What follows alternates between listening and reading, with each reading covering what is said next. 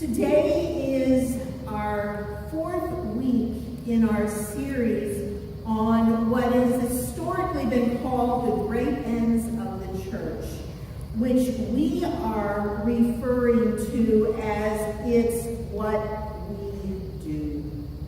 It's what we do as Presbyterians. I will read for you again the statement on the great ends of the church from the Book of Order. The great ends of the church are the proclamation of the gospel for the salvation of humankind, the shelter, nurture, and spiritual fellowship of the children of God, the maintenance of divine worship, the preservation of the truth, the promotion of social righteousness, and the exhibition of the kingdom of heaven to the world. Sounds just exactly like something we're going to remember when we walk out from here, right?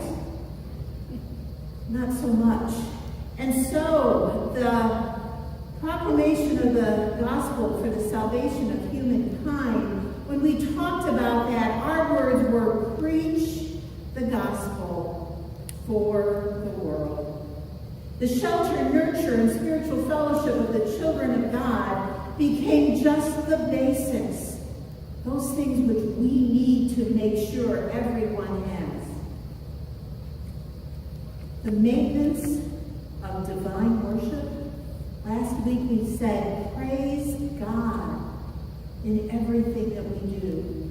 And today, as we talk about the preservation of the truth, we're reminded to look for good news, not fake news.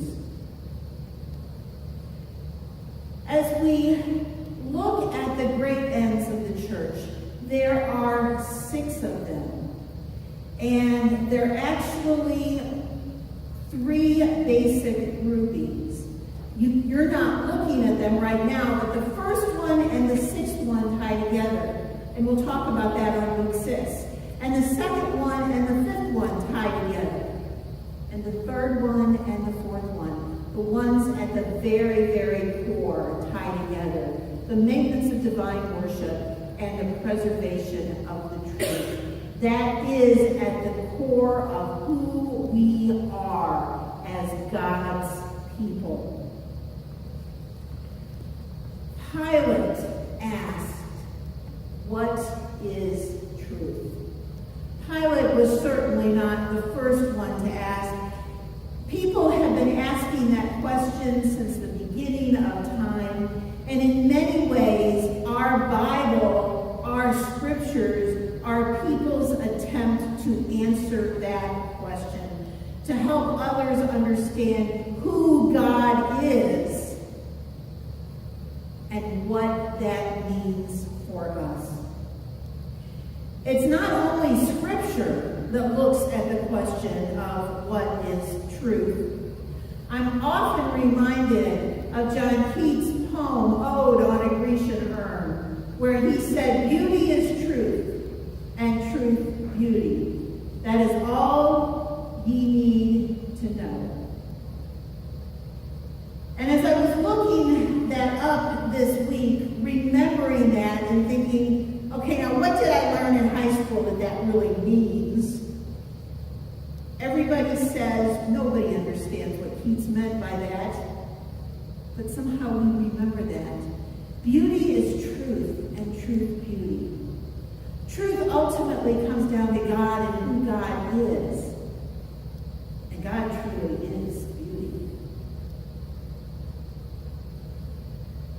When we look for truth in 21st century America, we look to particular places and particular things to give us authority.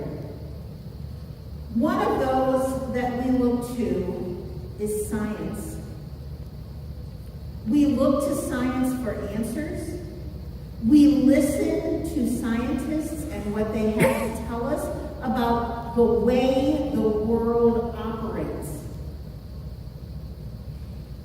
The way the world operates hasn't changed at all. But our understanding of it has. And therefore, sciences understanding and explanations change, that doesn't make them less knowledgeable or less authoritative, but it does remind us that sometimes we need to look someplace else. So we look to culture. As we look to culture, that might be literary culture. It might be artistic culture. It might be social media. It's the world around us. It's when we say, I saw it. I read it. It must be true. I don't remember where I read it. I did not check out the accuracy of the source, but I read it. I remembered it. And therefore, it must be true. We go to culture for authority. We go to the world around us to check things out. But we have to remember that when we do that, we need to bring our questions with us, our discerning minds. We also look for authority in the subjective. We look to scientists, we look to the world around us, and then we look to ourselves. The phrase from my youth was, if it feels good, do it. What is it that we know inherently in ourselves? We look around at the world today, and the new generation, the younger generation, often called millennials, have been called the me generation. Because people look at them and say, people look at some and say, oh, I can't believe that they're just out doing this or that or the other thing. But they're called the me generation because there's already a me generation. The generation of the baby boomers was the generation that said, if it feels good, do it. The generation that still says, it's about me. I've earned it. I deserve it. I get to do this. We look to ourselves to define truth, to define authority, to find that final definition. We create truth when we do that. But there's another place where we find authority. It's not scientific. We may or may not see it reflected in the world around us. It's not really from ourselves. And that is revelation. Not the book of Revelation, but revelation, revealed truth. Truth that comes from outside of ourselves. The truth that God gives to us. Scripture. Now, when we read Scripture, we need to read it in just as discerning a way as we are when we're looking at science, or when we're looking at the culture around us, or when we're looking within ourselves. Regardless of which option we're looking at for finding the truth, we still need to read it in a discerning manner. We still need to ask the questions. But the first part of that is we still need to read it. How exciting when I said, you probably have a Bible in your home. And Owen, who is 3, said, we do. He knows that. He's experienced it there. The Bible doesn't do us any good if we don't pick it up and read it. How many times have you tried to assemble a piece of furniture, a bicycle on Christmas Eve, a swing set,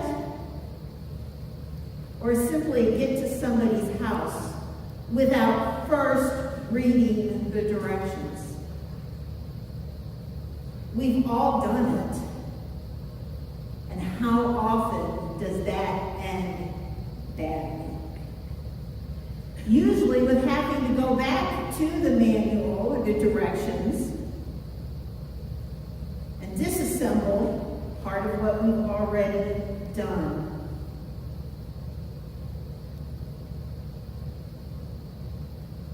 God gave us Scripture, but it's up to us to use it. Jesus reminded us in these passages and in many others that He is the truth. We as Presbyterians come at that truth in a certain way. That does not mean that's the only way that we can come at truth. Reading Scripture in a discerning way does not mean butting heads with other people who read it in a different way. Scripture and God are big enough for us to ask questions, to wonder, but to realize that through all of it, God is revealing what God is like, and Jesus is showing us what it means to be in relationship with God and allowing us to model our own lives after His. But then we take that into the world, back into that world where people are looking at science, back into that world of the culture around us, where we have news media bombarding us from all different places. And recently we've begun to hear a new term. That term is fake news. Fake news may be a new term, but it is not a new way of looking at the world. Fake news may be a favorite term for some people, but they are not the only ones who have this mindset. It's a mindset of dismissiveness. We dismiss that which we do not understand,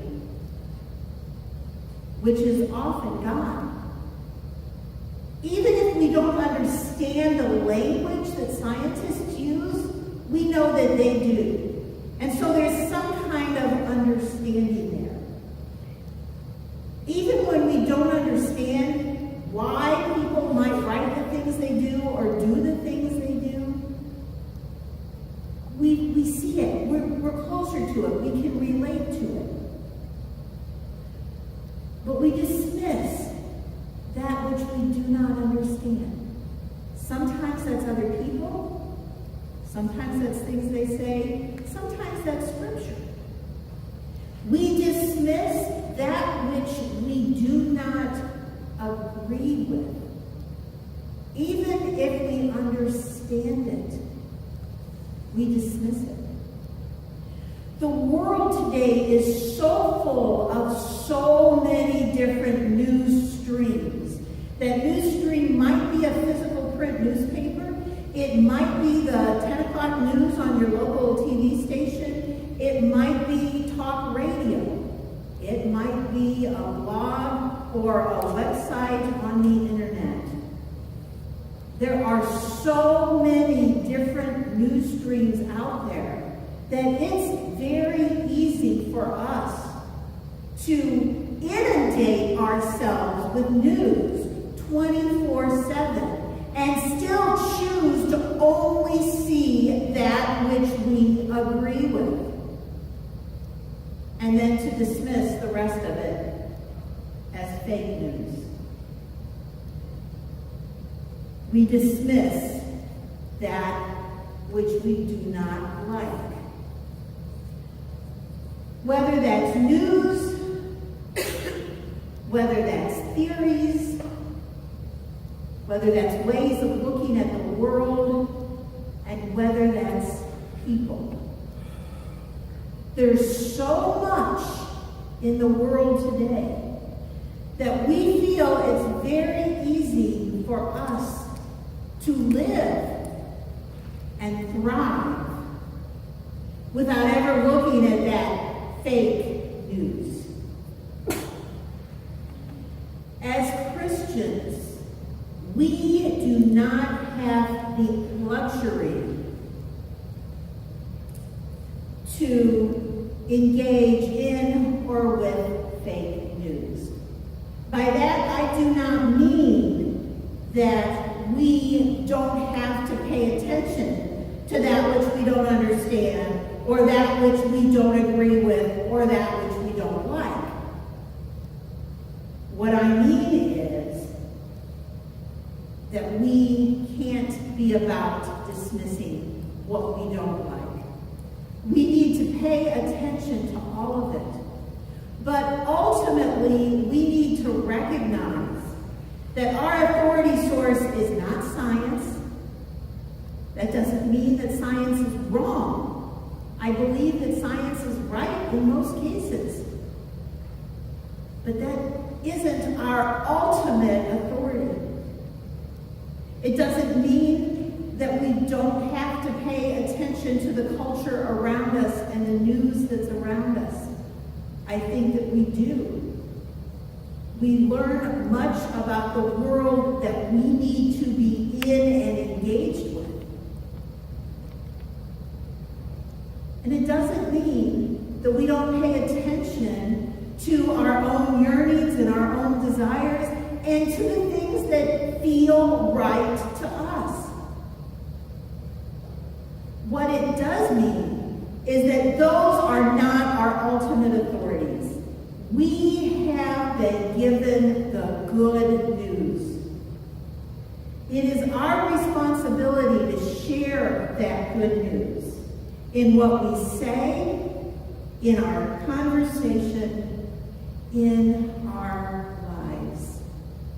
In good Presbyterian language, we have been charged with the preservation of the truth.